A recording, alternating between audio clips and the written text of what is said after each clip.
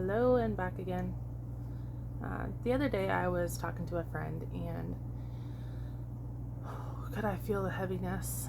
I could feel the hurt and the uncertainty and the fear, and it just penetrated through me.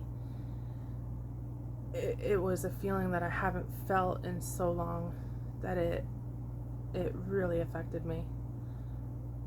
But within 10 minutes of speaking to her, I could feel that energy shift. I could feel that she left that conversation with, even if it was just the smallest amount of hope or empowerment, I could feel that she left with it. And instantly, all of that feeling within me was gone. And so it got me to thinking that I might be a little silly having so much resistance to putting my voice out there if it can have that impact on even one person at a time. And so here I am. We'll keep at it for now. I just, I don't see myself being like some of these influencers and showing up every day and putting out that content every day. Words matter. They have a huge impact. They can. And I think that adds to a lot of the uncertainty right now, is because, there's a lot of people that have the right intentions. They really do. But how you put a message out has a huge bearing on how it's received, and you can't control that. Even no matter how cautious you are, you can't always control how that's going to be received. So that's part of what I wanted to talk about today. The spiral of life, not the circle of life that we've all heard of, but the spiral of life. And so what do I mean by that? This is how I see it, is a spiral of ascension.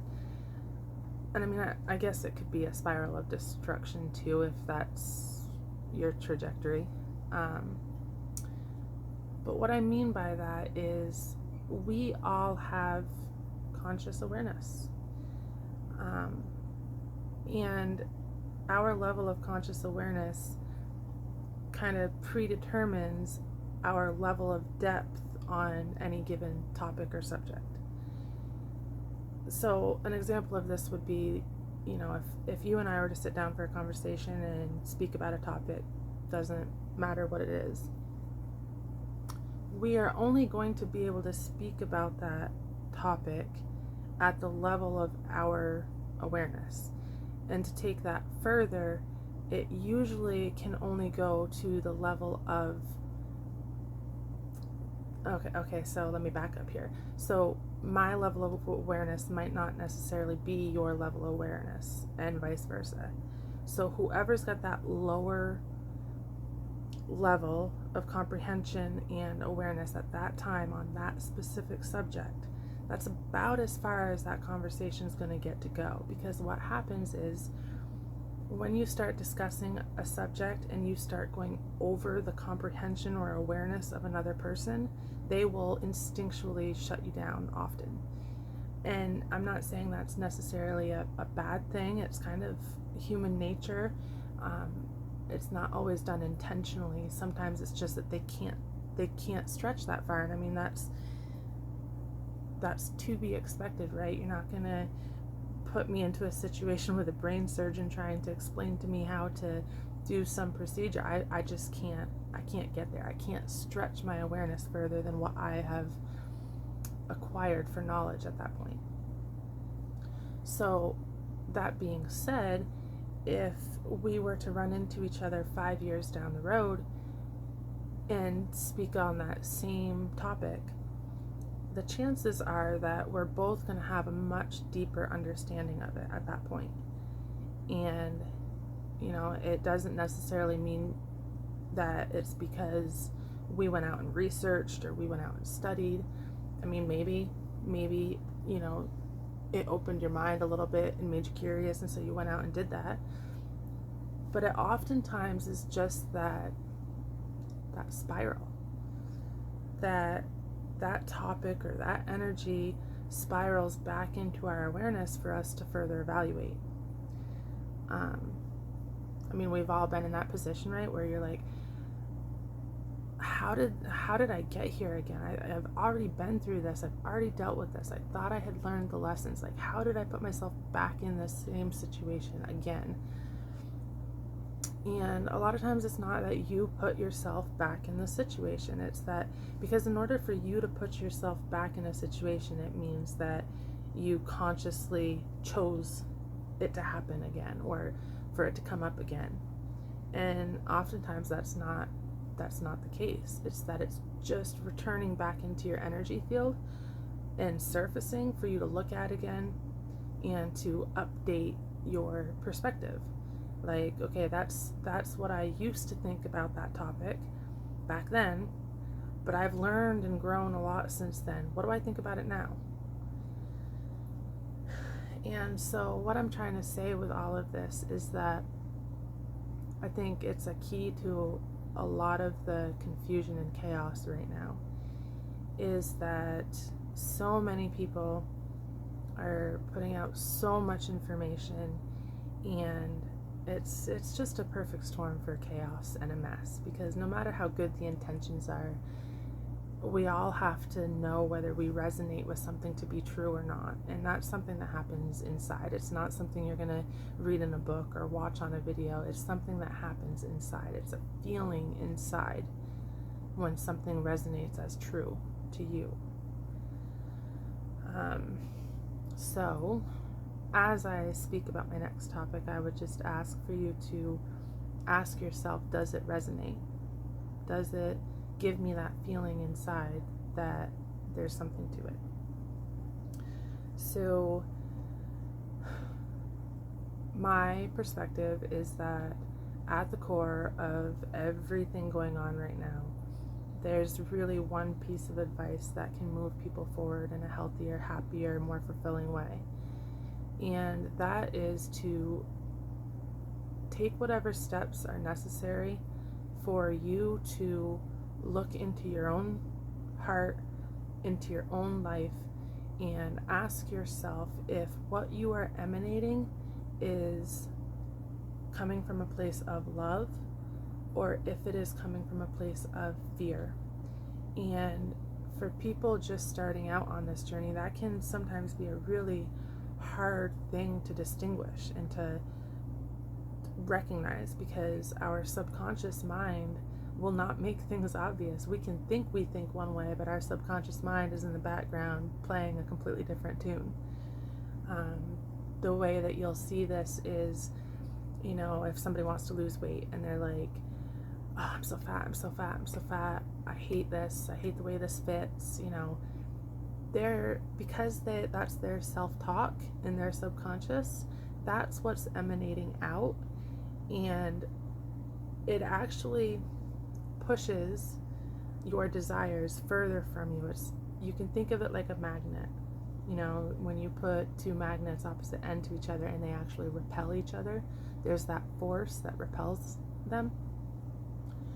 So by switching that talk, that subconscious talk, to I am happy with how I look, I am comfortable in my own skin, I am wealthy, I am abundant, I have everything I need, and I guess some people think that that's where the term fake it till you make it comes from, but it's not faking it. You have to genuinely be in that space where you are so completely humbled that you have everything you have just by having love in your life and just by having health, and love and fear vibrate on completely opposite spectrums. And if you look at the work of Nikola Tesla, most people have heard it, he said to look at the universe in terms of vibration and frequency. And we keep hearing follow the science, and yet all we ever see is Fauci. There was a Nobel Prize won just a couple of weeks ago for this research. Manifestation, quantum field, how it actually works, quantum entanglement with things, and how it actually scientifically works. Every cell in your body vibrates at a specific frequency. Your core essence vibrates at a specific frequency that is specific to you, your signature. And what you're emanating out into the world, it affects what draws into your physical reality, and it also affects the collective energy and of the earth itself. The Schumann resonance, the earth's vibrational signature, its frequency, is affected by collective energy. So when you have a huge world event happen that, sends shockwaves through people's homes, their emotions, everybody goes into fear, say, 9/11, or, things that really impact the collective energy, it actually affects the Schumann resonance in the electromagnetic field. And, I'm fascinated by the science of all of this, and I wish so much that I could just get everybody in this world's ear for just 5 minutes and say, emanate love, emanate love, emanate love, emanate peace. So many people are living in fear, and I understand when you look around at the world's events, but the only way to move past this is to move in love. And I know there's so many people out there who are fearful because they don't know where they stand in all this. You want to talk about God-fearing, people are waking up to their spirituality and where they stand in that, and it can be scary, but it doesn't have to be. There is nothing to fear. There is a place that you can get to where there is nothing to fear. Not death, not destruction, but you only get there through love. And I know so many good people, wonderful people, who are in fear right now because they don't know where they stand in life right now. And my question to them is, do you have love in your heart? You love me, right? You do anything for me. You do anything for anybody. You love to live in a world of peace where everybody is just good to each other, and there is no corruption, and there is no evil, and there is nobody with bad intentions for anyone. I call it the energy of my Grammy Katie. She just had no hate, not an ounce of it in her heart for anyone, no matter how different they were. And that is what our earth is shifting into right now. The earth is shifting into a frequency where these lower vibrational frequencies can no longer exist. They will be eliminated one way or the other because they're not in resonance with the frequency that we're moving into. I believe that wholeheartedly. I see it happening. I see it in our physical reality happening. And so my message would be, you know better than anybody who you are and what's in your heart. And I don't know too many people in my own life, even the ones that have done the most wrong, that don't want better. And there's wanting better, and then there's doing better. There's a saying, and I don't know who to quote on this, but Albert Einstein, I think it was Albert Einstein that said, if you want to change the world, go home and love your family. And I love these quotes because, like I said with that spiral, they're things that we've heard our whole lives, and yet as we ascend, they hold such deeper meanings. And so right now, how I feel about that quote is that is how to change the world, is to go home and love your family. And to me, that means if you go home and you love your family, you're loving what you have. Not what you want, not what you hope for, but what you already have. And if you're loving that and nurturing that, you are sending out and emanating a vibration into the universe that says, I am loved, I love, I'm whole, I'm abundant, and I'm ready to serve the good of humanity. And the universe will return. It is like a magnet, and what you're sending out is what's coming back. And the other thing I want to touch really quick on is timelines. For people that have, if you've seen the movie The Butterfly Effect, is an older movie, or you've heard of the term the butterfly effect, or the fact that there's, I won't say the fact, I won't call it that, even though I have my own beliefs. Just the idea that there's multiple different versions of you living, or that has lived multiple different realities. And at a low level, you can just think of that as like, major decisions in your life. If I take this route, it's going to put me on this timeline, and I have this trajectory. Whereas if I had have chosen this, my life would have hopped onto this timeline, and I would have lived out this trajectory. Timelines have the ability of collapsing as we grow and we change, right? So in my past, I had a bunch of timelines that were centered around my current lifestyle and choices and stuff, right? So if you are living a life of abuse or addiction or low vibrational timelines, that is your most probable outcome.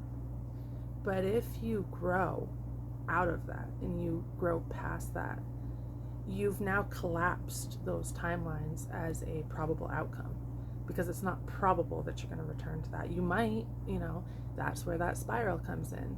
Life hands you situations that can throw you right back into old patterns and routines. But if you can rise above that and continue to grow out of it, you're now collapsing all of those timelines. And all that's left are these higher vibrational timelines. And that's where quantum jumping or quantum leaping comes in, is when you've actually hopped onto higher timelines, higher frequency timelines, because you've grown past and out of the lower vibrational energies. And to be honest, I get going here and I don't even know what I said. It comes through me, and sometimes I don't even know what I'm saying anymore, so maybe I don't know what I'm talking about. But that's all I wanted to share, is that the only way through this in a positive way that I know in my heart most people want: go home and love your family and radiate love. And when you're at the drive-thru and you've had a rough day and they're not getting you right and you want to snap, take a breath, take a second, replace it with, I love your earrings, or I love your hair. It's free. It takes nothing away from you. It only adds to your life. It only adds to a higher vibration for this earth. You owe it to yourself just as much as the planet as a whole. Not telling you what to do. Take it for what it's worth, but that's where we're headed. That's where we're headed, one way or the other. Nothing's going to stop it. So I send my prayers, and I pray for everyone that's stuck in fear right now, that you spiral and you spiral until you see that this is the most exciting time to be alive. It really is. It's not scary. It shouldn't be. You just gotta keep going. Love and light.